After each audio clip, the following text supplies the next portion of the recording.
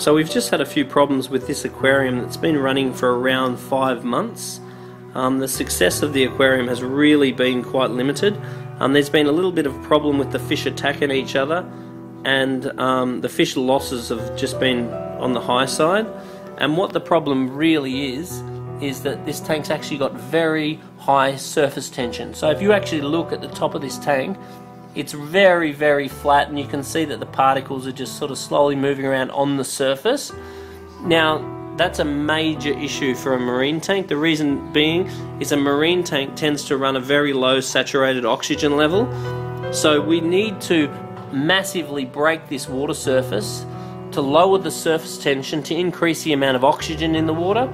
And if we increase the amount of oxygen in the water, then our redox potential is going to improve, which means our bacteria is going to work much faster and more efficiently. So therefore we've got more result from less bacteria. Therefore we've got less of a spiraling effect on your oxygen level. We've also got some decent sized fish in here, which are of course contributing to the oxygen level go down. Then the water goes up into a top filter. In this top filter grows a whole lot of good bacteria. So the good bacteria is oxidizing organics, so using the oxygen, so actually lowering the oxygen level. Then the water goes back down into the aquarium again, where there's a little bit of re-oxygenation, but there's nothing really oxygenating. There's a couple of little pumps here which are really not doing the job. So what we're doing is we're going to put a much larger water pump into this tank, and we're going to smash the water surface. So the water surface is really, really well agitated. That's going to improve our redox potential and allow the tank to hold more fish. It's going to provide a whole lot better water flow for the aquarium, and that's going to increase the capacity of the aquarium. So every single tank has got a capacity, which means we're allowed to keep a certain amount of fish in that tank, and we need to look at the various things that are going to hamper that capacity. So if we put more fish in this tank as is, the chances are the fish are going to die off because the capacity is fairly limited. Increasing our oxygen, increasing our redox potential is going to increase our capacity. Therefore this tank is going to stabilize much better. So we're also going to put a background on the back so we can't see the cords and stuff across the back, and that should really neaten the tank up.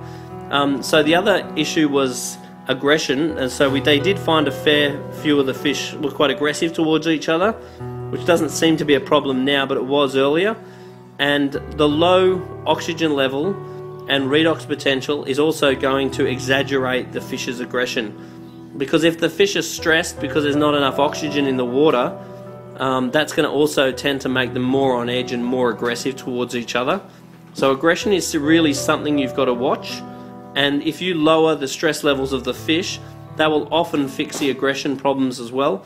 But if you do have just a plainly aggressive fish, you've really got to look at getting it out. So trading it in with the aquarium shop or doing something like that, because yeah, it just really doesn't work when the fish are stressed from not only something such as oxygen, but from a purely aggressive fish. So if you do fix the stress and the fish is still aggressive, you've really got to look at getting it out. But other than that, this is an absolutely beautiful tank. Just going to have to keep an eye on this absolutely gorgeous dogface though, because dogface is like a bird, it's like a pet. Just keep an eye on that big set of chompers, because you wouldn't be too happy if he bit you. And just keep an eye on him.